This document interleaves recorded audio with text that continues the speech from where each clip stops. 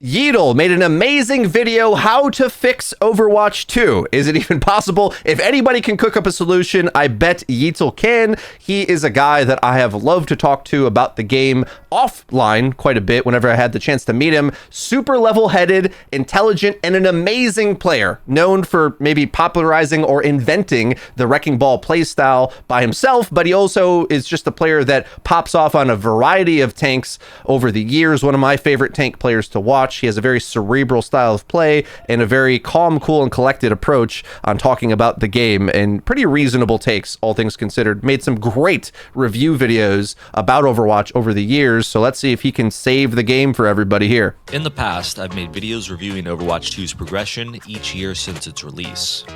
In those videos, I talked about the bad, the good, and the potential future. They tended to lean more on the positive side because between the content drought period of Overwatch 1, then Overwatch 2 just having a poor launch, the bar was set very low. But since then, the game has mostly improved. The thing is, yeah, they're doing some of something, so that's better than all of the nothing. Those videos mostly compared Overwatch to itself. In the hero shooter genre, they haven't had much to compete with. There's TF2, a game made 17 years ago that's long gone into maintenance mode. Then there's Paladins. Yo, low-key, the Overwatch 1.0 classic patch that came out felt just like TF2 to me. And when we originally played launch day Overwatch, I didn't have that impression, but once they remove all of the complexity from over the years and go back to Torbjorn having a static turret and Mercy being closer to the medic, it just feels like Team Fortress 2 with ultimates, I gotta be honest. 17 years ago, that's long gone into maintenance mode. Then there's Paladins, a game released around the same time as Overwatch, but never could truly compete with Blizzard's level of quality. How about that Gundam Evolution game? I bet you guys thought that was a dream, and rightfully so, because it lasted about as long as one. They shut down. That one really was an Overwatch clone. Who would have thought? Mediocre Overwatch with mechs didn't take off. Crazy.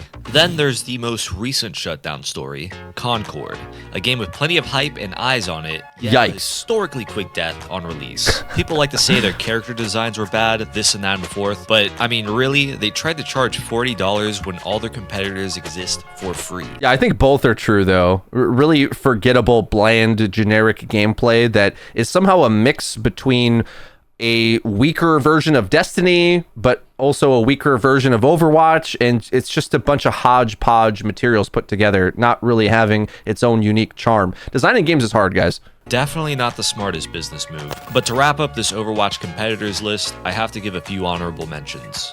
Battleborn, a game that shut down.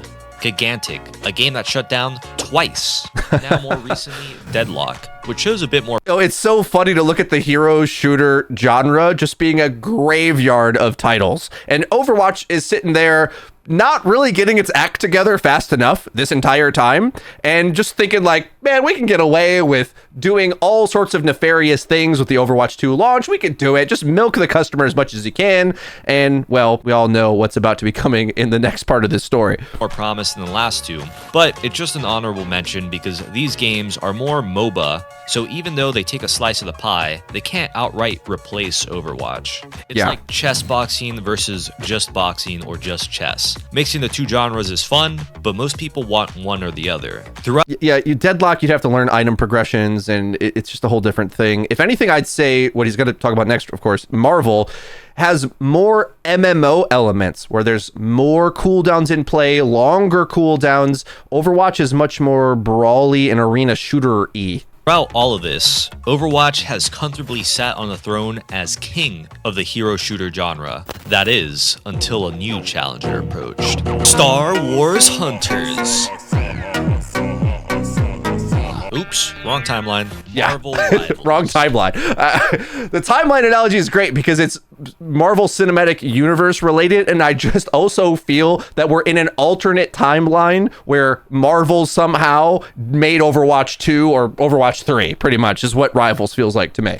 This game is a big fuck you to Overwatch. The gameplay is the closest to Overwatch that any game is yet to replicate, but it also deserves some respect because it has its clear differences, such as third person, destructible environment, and balance philosophy. Nobody expected it to outperform Overwatch. Entirely different. But here we are, more than a month later, and they're not only beating Overwatch in a popularity contest, they are destroying. Yeah, and most people would be reasonable to think that this wouldn't have happened. Like, because we've seen so many games, there's a whole graveyard of hero shooter games that have come and gone, and even a decent one might struggle to compete with the polish. And while Rivals has some weaknesses, of course, its strengths are so much of what the Overwatch community, at least a subset of them, have wanted, as well as be appealing to new players in the genre, because they're bold enough to be different from Overwatch, right? Like, Overwatch sort of defined how a hero shooter is supposed to be updated, but not all of us agreed with that the whole time. And then Marvel's comes along and says, well, actually, we can make a game that's casually fun. We're not going to overly obsess over every little minute detail and water down the fun of the game just to appease some sort of higher philosophy. Like, Blizzard always seems a victim of their own success in a way, where they make the rules of how they design the game. We will balance it. And if you set that expectation, then we're all like, well, this seems overpowered. What are you going to do about it? You're going to balance it? You're going to balance it, right? And they just keep having to go around a big circle, whereas Marvel doesn't really have that problem, because while it's way less balanced, it's way more wacky and fun, and it's allowed to be fun. I think some people think that's a honeymoon phase, but I really don't, man. I think that's just the way the vibe it's going to maintain. And if you want a more reasonable game, Overwatch is it, basically. And you're going to have to take so many more steps for Overwatch to be more like Rivals, and vice versa. Rivals is just 100 steps away from being as competitively balanced as Overwatch might be, but it doesn't need to be, because it's got a ban system. So, yeah, and you guys know how much I love that. I probably could speak for another hour on why I love the Marvel Rivals ban system, but make it for all ranks. Establishing themselves as what could already end up being the most popular game of the year. So the question is, why should Overwatch Isn't it already? come back? Why not just let the game die? The simple answer is competition is good. If it wasn't for that, Marvel Rivals wouldn't exist in the first place. I was watching Sam Ito's video, and he was like, I want Overwatch to succeed because it'll make Rivals better. And he's just all in on Rivals, man. Oh my goodness. It's totally okay to like one game over the other. It's like Coke versus Pepsi. And here's my preference. I was just a little bit more like Coke versus Dr. Pibb or something. I think Overwatch is the better game. It just like, what was that Walmart brand? I can't remember what it's called. Has one of the worst reputations in all of gaming. A severe lack of direction, and as of right now, it's getting outpaced in terms. Yo, how does it have a lack of direction? Like, he's not wrong. He's not wrong. But how are you out this long and you still don't have a direction, right? Like this is something I wanted them to have since Overwatch 1, right? Like, what is ranked about? What are we trying to reward? Well, they decide they want to bend over backwards to one tricks and redesign the game to try to soften its edges and simplify it. A lot of the problems that people put at the feet of 5v5 were a trajectory that was happening way back in Overwatch 1, which is why I felt like it's kind of irrelevant, the number of players on the field. They were trying to overly design the game just to show that they're changing something. Like, everyone shouted at them that they have to continue to iterate in the game. But to me, I was always like, well, why don't you just like set a foundation of making it good and then leave it there? Whereas I don't think Marvel Rivals is going to see nowhere near the amount of reworks that Blizzard has tried to make, which both was in 1 and 2, which effectively to me is like, we don't know what this character's identity is supposed to be. And if you have to rework it 3 to 5 times, think of all the dev time. I think Marvel is just going to release a new character. Why rework a character? It takes so much work. It's basically like designing a new character, because you have to come up with all the abilities again. And that lack of direction is just shown in how they've designed things and gone in a big circle. On one hand, I did want them to reconsider the balance of the game when they added a new character. Yes, you should do that. But the whole running in circles and chasing your tail, they're still doing it to this day. That has almost deliberately been their strategy since they changed to be more of a live service. So the good news is they do make changes fast. The bad news is they run in a circle constantly. And so they still have the same lack of direction that they did in Overwatch 1 when they hardly balanced the game. Imagine if they just added bans instead. Right? Imagine if they just pushed that off to the side. We wouldn't have all of these death of Overwatch videos, and this meta destroyed it, and this character destroyed it. We could have just let the high-tier competitive players ban the BS and let the designers who are good at making fun things continue to do that. But that's not what they did. Sorry, lots of rants. I'm emotional about this subject. Can you tell? In terms of content. And so the video begins. how to fix Overwatch. The first and most important thing is the reputation. I'm sure the whole world knows by now, Blizzard Yeah, good luck with that one. Overwatch in particular has a bad history between scandals, overpromising, ignoring feedback, and overall just You don't failing to say! deliver even half of what was one of the And ignoring creators that were right about everything. Oh, so sorry. I promise you guys, the I Told You So Grand Tour is ending. I won't say I told you so in this video or anymore. I'm done. We had a good month or so of I Told You So every single video. I'll drop it now. I promise. Okay, we're on to bigger and better things. anticipated sequels of all time. In recent years, they've done better communicating and not overpromising, but there's one big thing they have to do to communicate they want to right the past wrongs, and that is dropping the 2 off of Overwatch 2. This is a very popular I was never a big fan of when Sam suggested this, but a lot of people agree with this now, and it's starting to grow on me the more I hear people argue it. I really think they have to do this. I think they need a big update to the game and just call it Overwatch, because so many of the reasons for the sequel name were dropped, and you just turned it to a live service skin game, and it's got the same Overwatch 1 stuff. So this really has grown on me. I think this is the only way to make any small bit of PR recovery, and even this wouldn't work that well. I don't think it's going to do miracles, but I think it's going to help for sure. It just makes sense. They want to right the past wrongs, and that is dropping the 2 off of Overwatch 2. This is a very popular sentiment in the community, and it just makes sense. The 2 in Overwatch 2 is a mark of disgrace. It's a symbol of failure, broken promises, and if we're being real, it just doesn't make much sense in the Overwatch universe. I mean, what do they call themselves? Members of Overwatch 2? Yeah, that doesn't ring very well. With that being said, the Overwatch B team. They should call it Overwatch B. That's what they should call it. yeah, that doesn't ring very well. With that being said, Blizzard has the opportunity to regain some of the casual gamers' respect by taking the L and leaving the 2 in the past. Nothing would communicate an apology better to every player than this would. And if you want an example of a game with a terrible reputation that made a comeback, just look at No Man's Sky.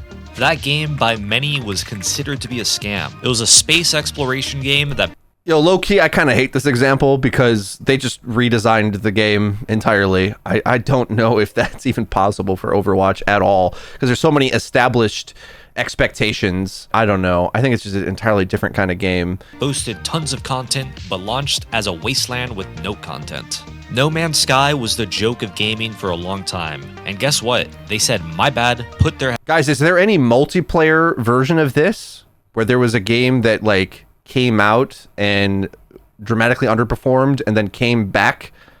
Because I don't know if we need that.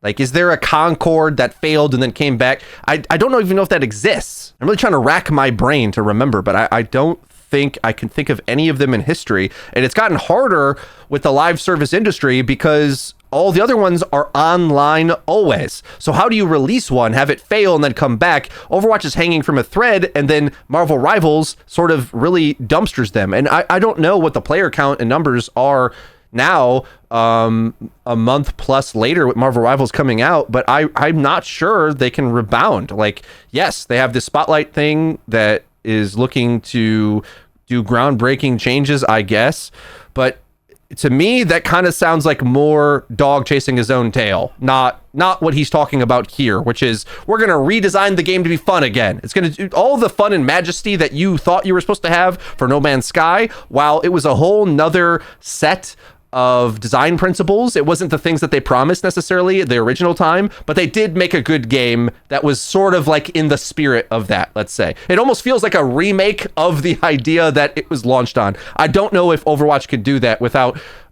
I don't know, man. Removing the 2 and relaunching the game would be the only way that I can think, and I don't know how you sort of redefine the sequel. down, got to work, and actually made a good game to the point that faith was restored to the public, and now there's actual hype for their next game release. Now, obviously, the scenario with Overwatch is a little different.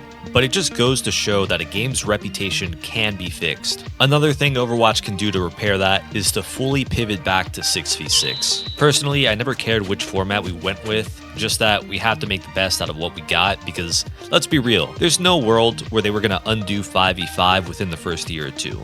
That's a good point. It's been 2 years. They tested it, and it's time to lean into it. I tend to agree. Like, I wanted to see what they would do with 5v5 because I didn't want the dev time to be wasted. I felt that way as well because ultimately I didn't think either format would be solved without bans. I just think you need bans in either case because so much of the problems come from the communication of top tier picks dominating their slots at the higher tiers of play or from counter picks existing for the rest of the tiers of play because there's less chaos in 5v5. It's more your lane against their lane. You know, I'm on the frontline fight, I'm the flank fight, and those counter picks are more severe in that context, at least in feeling, right? Like, even if you could outplay it and whatnot, people don't want to have to deal with that. Like in 6v6 Marvel Rivals, the counter picks are nuts, okay? Like, it's insane, but there's such a crazy hierarchy of characters anyway, and there's more chaos, you can offset it. It's like, you can decide, I don't want to play tank and get hit by Wolverine, I'm playing Star-Lord and flying away. Like, you can do that, right? Whereas in 5v5 role queue, you're stuck in that role. Nope, you got to eat the counter pickathon in the front line, learn more heroes and swap. That's what the game is telling you, right? And not everybody's down to do that. And I think if you could ban some of your counters, you would feel a whole lot better about playing any of the roles in Overwatch as well. I've said this for years. I'm not allowed to say the next sentence, so I'm just going to... V5, regardless of it being the better format in certain aspects, it's still one of those things tied to the disappointment that was launch Overwatch 2. The next major... Yeah, I think the point is the game felt less of a fun factor for a lot of people. Like, it's more confrontational, more gun battles, but less of the wackiness that Marvel Rivals ramps up to 11. Major move Blizzard needs to make is to hire people. Yeah, I know. Yeatle, Christmas just passed. Who's paying for this, Yeatle? How many skins are you buying? Santa is Slim Jim. Here's the thing, though. For Marvel, the chances of this wishlist getting approved by Santa is Slim Jim. Here's the thing, though. For Marvel Rivals' first season, they're dropping 4 new heroes, 3 new maps, and in the future seasons, 1 to 2 heroes and 1 to 2 maps. Their seasons are about the same length as Overwatch's, and Overwatch releases 1 hero every other season and 1 to 2 maps every other season. In other words, Overwatch is getting absolutely dusted in content output. I'm highly against... Hey, you guys know that Dua Lipa meme where it's like, keep going, you go girl, give us nothing. Like, I feel like he so underplayed that line. He's just such a nice guy. I love you, Yeatle. I don't think this is at all possible, though. I think the way Blizzard can compete, in my opinion, is with polish, clarity, and stealing ideas. Steal the good ideas, please, because that's the basis of your company anyway. Everyone's mad at Marvel Rivals for copying Overwatch, but Blizzard has stolen ideas and polished them their entire existence. That was what they did, right? So another company doing the Blizzard thing to Blizzard is like the peak of irony. Now, Blizzard needs to do it back, okay? What I don't want them to do is what they did in Overwatch 1 is be artistically egotistical, right? Where they said, well, we don't want bans because other games have bans, so maybe we'll try hero pools, this dumb idea, and we'll put that out, and when it sucks, then we'll just say, whoops, we told you so, we knew it wasn't going to be bad. Like, they sabotaged that idea, obviously. Don't do that. Steal the good ideas and do what you're good at, which is the polish, okay? So when people are upset at Marvel Rivals for X, Y, and Z thing, you want to be the game that's like, comfortable for those dejected players. You're never going to address the peak of Marvel Rivals in the market directly. They have to be the alternative sort of budget brand. I don't think they'll ever have the firepower in terms of manpower and the budgeting and all the movies. Like, you're up against a behemoth, okay? The largest cinematic universe in history. They have infinite characters. Part of the reason why they probably can crank out so many characters is they've got an entire catalog from 100 years. They can just randomly pick one and it already has so much lore. They don't have to design a third or half of the characters and they just put it into the game, right? They can just import it. That's so much of the creative process that Blizzard tries to do to be unique, to reinvent characters. And to their credit, this is something they're kind of good at, right? They really try to find a spot of the world that's not represented in the Overwatch universe yet, or identities and different things that they're trying to just diversify the game with, not just gameplay, not just filling out the roles. They're really trying to build the universe, but of course, that got weaker over time as the resources stripped. And it's like, well, what this feels like to me, if you ever played high school sports and then you went to college, you know, like you might have been, and this wasn't me, okay, of course, but you might have been one of the best players on your high school team, but then you go to college and, well, you're like the worst all of a sudden, you know? That's how it can feel. They're just in a different league entirely. Blizzard has been spoiled with all these other competitor games failing, creating a graveyard around them, and they just sort of won by de facto all of these years. Now, well, chickens come home to roost. It's the idea that devs are lazy. This isn't a government job. Most people don't work on video games just for the money. If you ask me, I think it's the failure of PvE in combination of penny pinching to the point of firing hundreds of people that have led us to this point. The good news. The thing is, some of these positions aren't really developers, though. Like, I know we don't like people getting fired. It's not great for anyone to lose their jobs, but a lot of these were not to do with the direct development of the game, more of the maintenance and QA, stuff like that. No one likes to lose their job, whatever, but sometimes, I don't know, companies have to retract when, especially if they're trying to lean up. That have led us to this point. The good news is, Marvel Rivals has shown that there's an incredibly high interest in the hero shooter genre. This fact is the perfect ammunition someone at Blizzard could use to make Papa Microsoft start investing more resources into Overwatch. Yeah, good luck with that one. Thinking, but it's absolutely not impossible. A point I tend to hit on a lot in my videos are cinematics and origin stories. I think the Microsoft gaming empire is built on unique experiences to get you into Game Pass. That's their strategy. So it's nice having Overwatch have bonuses for Game Pass, but actually I think what they like even more is something niche that is a good flavor for a while. So like, let's say they're in a weird way, this might mean a game that I love, StarCraft, might get a new campaign, right? Because a subset of people, that's like the type of game that not everybody's going to buy, but it feels good to have on a catalog to try out, right? I think catalog building is much different of a strategy as opposed to the live service game where Microsoft, I mean, they failed with Halo. It's not necessarily their big cornerstone achievement, live service maintenance. Instead, I'd say them diversifying the Game Pass. So if anything, we have a better chance of Blizzard games diversifying outside of these live service multiplayer games. They really are the backbone of Overwatch. These short films got so many people interested in the game, and I bet there's many cases where it's brought them back too. People like to say Overwatch lacks a sense of direction because all they do is release heroes. Dude, Marvel Rivals might get its own individual lore content, movies, etc., like dedicated to heroes that aren't really in other stuff before Overwatch does. That's probably the case. Maps and skins. For the people who say that, I've got a newsflash. League of Legends has been top of the charts as one of the most popular multiplayer games for like a decade now, and all they do is add heroes and skins. They've been playing on the same one map before Overwatch even existed. I believe the reason Overwatch feels like it's lacked a sense of direction for a long time is because its story and characters are what give it that. Interestingly enough, I'm pretty sure, I can't remember where I read this, but I read somewhere that Arcane actually was over budget and didn't retain new players the way you'd think. So oddly enough, it's really hard to justify these things based on the data collection they have thus far. I think we all have this intuitive sense that it makes you love the IP more, and maybe sometimes these benefits are hard to track because the truth is, these really hardcore games aren't like a TV show. A TV show is approachable to anyone. Whereas I think League of Legends as well, no matter how much you love the lore, like the gameplay is so abrasive that you either love the gameplay or you don't, right? It's not like you're gonna jump into a Fortnite-esque battle royale and you can be bad and enjoy it. That's not the kind of game that it is, right? It's really rewards mastery.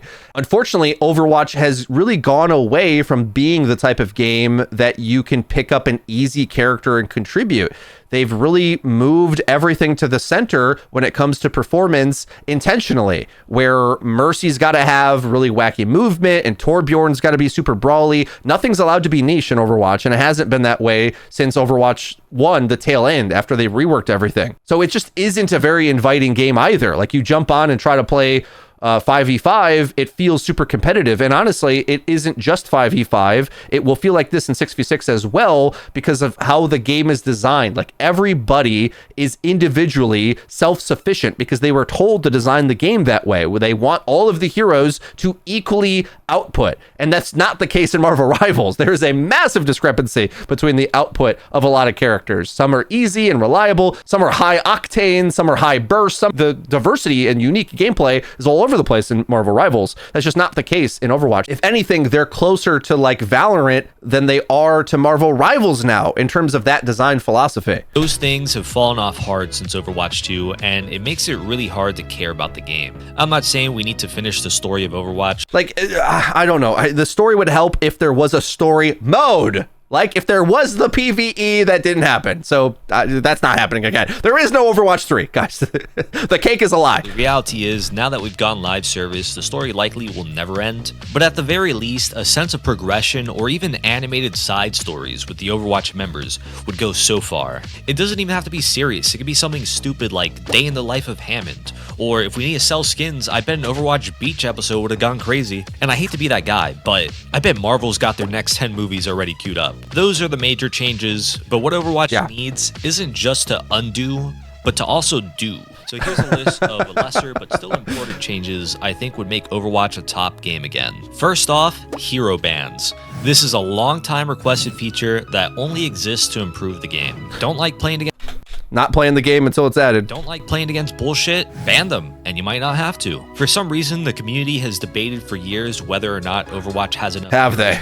Oh, have they? Rivals released with 9 less heroes, and it's their best feature by far. If I just had a bad game versus Widowmaker or Sombra, the last thing I want to do is play another bad game versus Widowmaker. You don't say! This small bit of control makes such a big difference and can even show the devs what heroes are problematic. I'd go as far as to say they should add it to every rank. Let every player enjoy bans, and if people just want a one trick, they can main a hero that's less obnoxious or just go to quick play. On that same thought process of giving players more control, Overwatch needs a map veto system.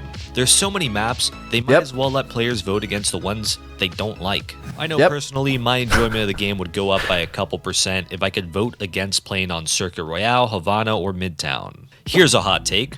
Overwatch needs ability creep. Once again, I'm gonna reference Marvel Rivals. The game is unapologetically an Overwatch clone where everything is OP, most heroes have 1 or 2 extra abilities, and ultimates are win buttons to the extreme. This works in their favor because these low skill, high value interactions make bad players feel good. In Overwatch terms, it's the Moira effect. Don't get me wrong. Bro, I totally agree. I totally agree. And this is something that I feel like I was saying and arguing, and it sort of got shouted down in so many ways.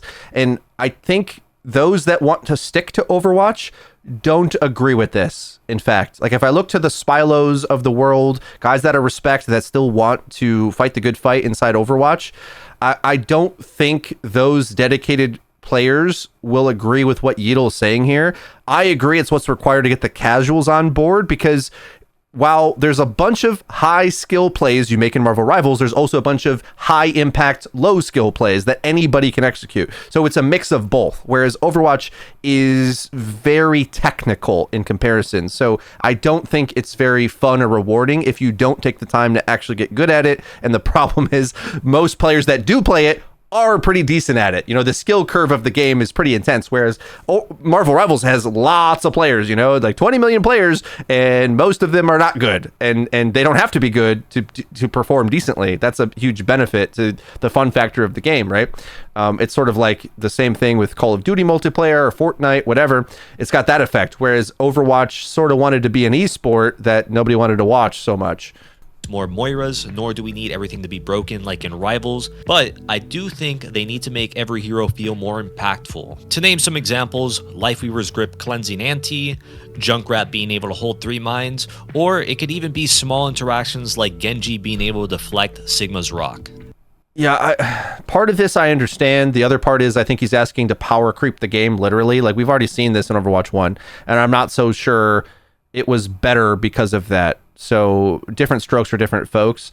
The power creep era of Overwatch 1, I hated for a long, long time, and then it eventually grew on me as just the base format of how to experience the game, because everything, the numbers of everything were insane. After the buffs to damage specifically, in order to interact with the GOATS comp, then they switched to roll queue, and damage was nuts, and things just exploded, particularly characters like Echo, where it was just over the top amounts of burst. I don't know. I think this is another dog chasing his tail type solution. And I also think Yeatle maybe is forgetting to remember a key detail that's coming up in the Overwatch spotlight, where most of us think it's some sort of complexity added onto the game, because that's what Aaron Keller has hinted at, where there'll be more strategy decisions beyond just swapping your hero. So I think a piece of what Yeatle is describing here is going to be the case, but how compelling is that actually? Is there going to be an item shop? Is there going to be a skill tree? We don't exactly know,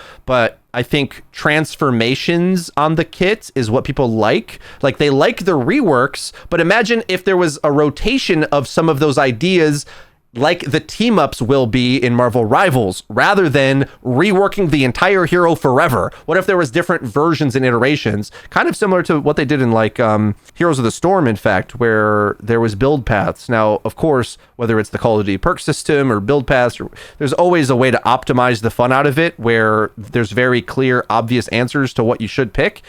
But for casual players, having the flexibility and expressiveness to play weaker things or niche things is part of the fun. So that will help them have a bit of both worlds, I think, where they can have the base design of the game be a bit more foundational, formulaic, balanced, quote unquote, but they can have this extra layer on top where they can tinker with it a lot more. They'd have to make these changes to every hero so no one feels left out. And yeah, Triple Mine Junkrat might have triggered some of you guys, but just remember, Marvel Rivals literally has triple stun Junkrat and gets away with it. When you realize that, it really makes you think Overwatch may have been playing it too safe. Let's talk about skins. Squirrel Girl gets a Spider-Man team up, which gives her an extra CC ability, and she already has one and a reset button, so she uses that one twice and then a third one, okay? And of course, she shoots Junkrat nades, so she CCs you multiple times. We're all shooting the tank. Like, you can really punish shieldless tanks or a lot of dive characters if you hit them with that. Overwatch owes the community some service. Yeah, releasing Kiriko, Reinhardt, and Mercy. It's funny, while he's saying this, we're looking at Tree and Cage Fight and a pull out of the Cage Fight. A lot of people hated all of those things that we just saw, and he's saying we need to add more of that to get the casuals back. This is the problem I have with the Overwatch community, where they don't allow anything to be over the top anymore. Everything has to be balanced, and if it's not balanced, they're going to complain. So there's no fun or joy in our own community, and that's the feedback the devs hear. So what do? Do they service those whiny subset of players that are never satisfied with anything? And maybe if they just added hero bans, then we could get the annoying things out. But no, instead they decide to balance all of that to try to control the chaos, and then we lose the fun factor. Skins every 2 weeks is paying for someone's yacht, but it's at the cost of the community's respect, which is losing the game more money in the long run. I get that some heroes are just more favored than others. I want to say it again, but we're just watching a Mauga roast a Roadhog in the gameplay.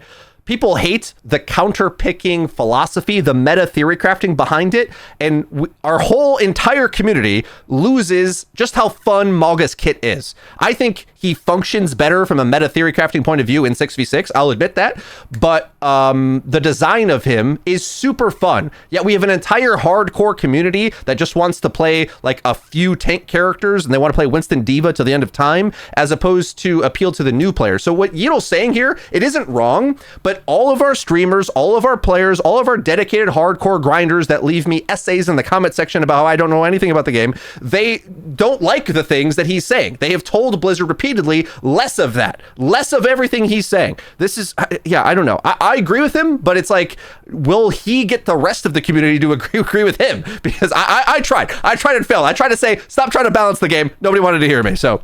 But surely it gets to a point of diminishing returns, right? Like, you can only wear one Reinhardt skin at a time. With cosmetics in mind though, mythic weapons, but more specifically, what they do in specs. This was a feature teased in trailers for Overwatch 2. Years later, we got it, and it's paywalled. I understand that the game is free to play and first person, so in-spec animations make money. And you know what? I encourage that. They should make more of these. But they owe all their players a free default inspect. This is a feature that was intended to be free. Paywalling them is a major slap to the face for everyone that supported the game over the years. It was in the trailer and you never gave it. I can't believe they got away with that. What's Overwatch's excuse? As a final note on skins, simple and or wacky stuff would go a long way. I remember there was a patch where Risa had a Santa hat. It's so simple, but I would have loved to keep it as an equipable. Or what about that April Fool's googly eyes? Why can't we have equipables? I guess we're just better off putting dev resources into making more souvenirs. Boy, do I look cool doing a 10-second wind up to spawn in literal shit. Another big point I want to talk about is casual content. Not everybody wants to queue up ranked and sweat all day. Hell, even quick play's too sweaty. As a matter of fact, it's proven in dev blog. Like he's right, but also the player base that Overwatch still has is disproportionately ranked tryhard sweaties now. That is the data that they have put out. Like, it's the more played mode, whereas in Overwatch 1, it did dedicate to this player base he's trying to cultivate. And so Overwatch really has to decide, you know, that lack of identity it doesn't have, what it's going to do well. And I'm not so sure it does this casual stuff well, because I think the casuals come in for the base game to be fun, then also go to the rest of it. It's pretty hard, I think, to have like a really killer arcade mode nowadays instead of the main game. I think you need to gain the players by the main game first, and then they might consider the alternative modes after that. It's hard to market these arcade modes until they're already in the game client. That there's a large percentage of the player base that would play arcade style game modes like Prop Hunt, Junkenstein's Lab, and things similar. So instead of using dev resources to make more of those, why not just let the players do it? What I mean by that is upgrade the workshop and give us a map editor. Before Overwatch, I used to spend my teenage years playing in Halo Forge and custom games, playing Infected Lobby. Okay, imagine they did this years ago. Instead, like if instead of propping up the Overwatch League, we had this, I think we have an entire different history of the game. He's not wrong. It's just that they did a mini version of this, not a full map editor.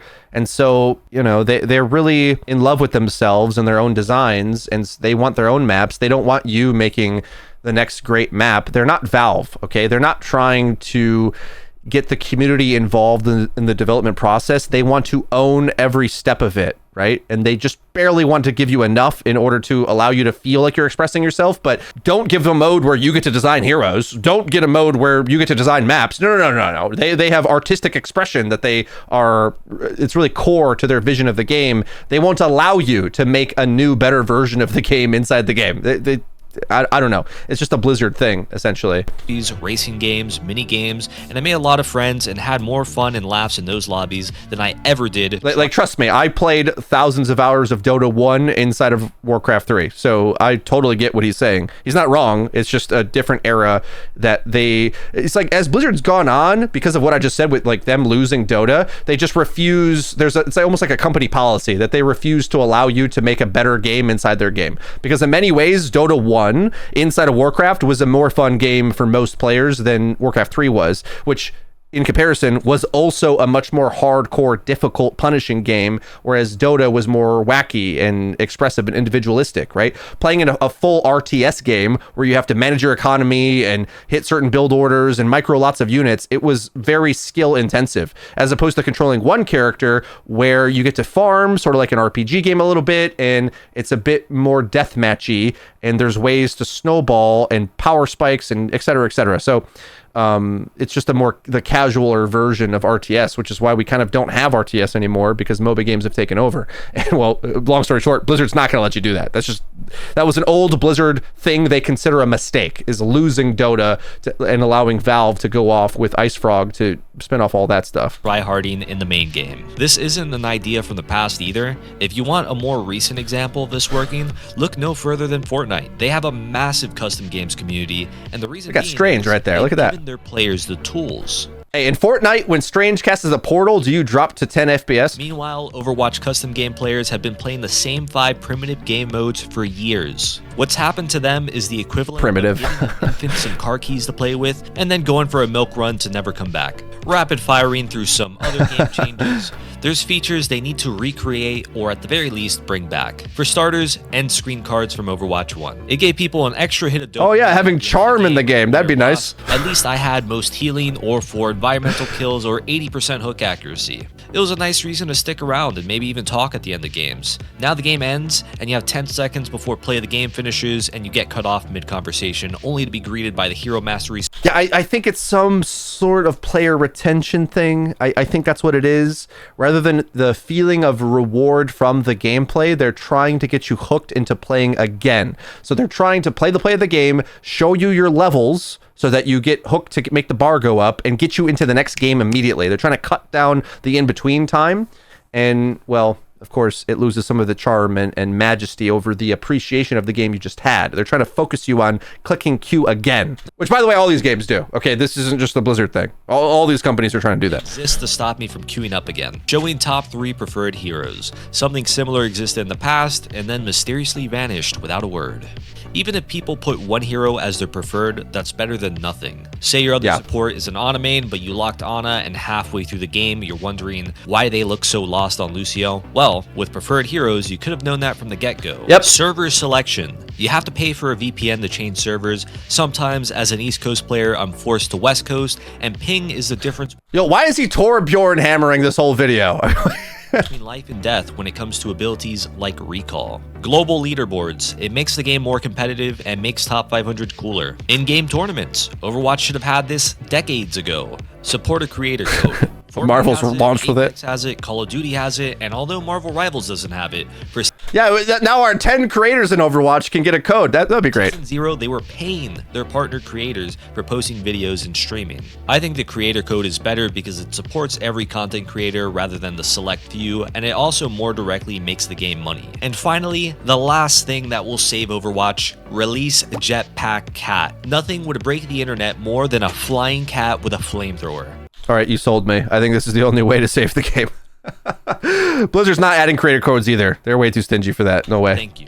But to wrap things up, I want to bring you guys back to the beginning of this video and present you with a fun fact. Team Fortress 2. For 9 years, it was the king of its genre, until one day a game heavily inspired by it, so one day the Fire Nation attacked, called Overwatch, released and captured the hearts of millions. 1 year later, Team Fortress pushed out its last major update in 2017. It has since then been abandoned by its developers and left in a state of no content, known as maintenance mode. This occurring could very easily have nothing to do with Overwatch. But here's something funny. Overwatch has been king of its genre for 9 years, and now there's an Overwatch-inspired game capturing the hearts of millions. To what extent will history repeat itself? Thank you for watching. Yikes! As always, good luck on the grind. Yo, he's giving a eulogy, bro. This isn't how to save the game. This is the history of its death, man. Like, oh my goodness. Hey, Yeatle, one of my favorite content creators. Always great to see you make a video, bro. If you like this video, please leave it with a like. And don't forget to click subscribe and the bell icon to actually get notified. I've been Frito for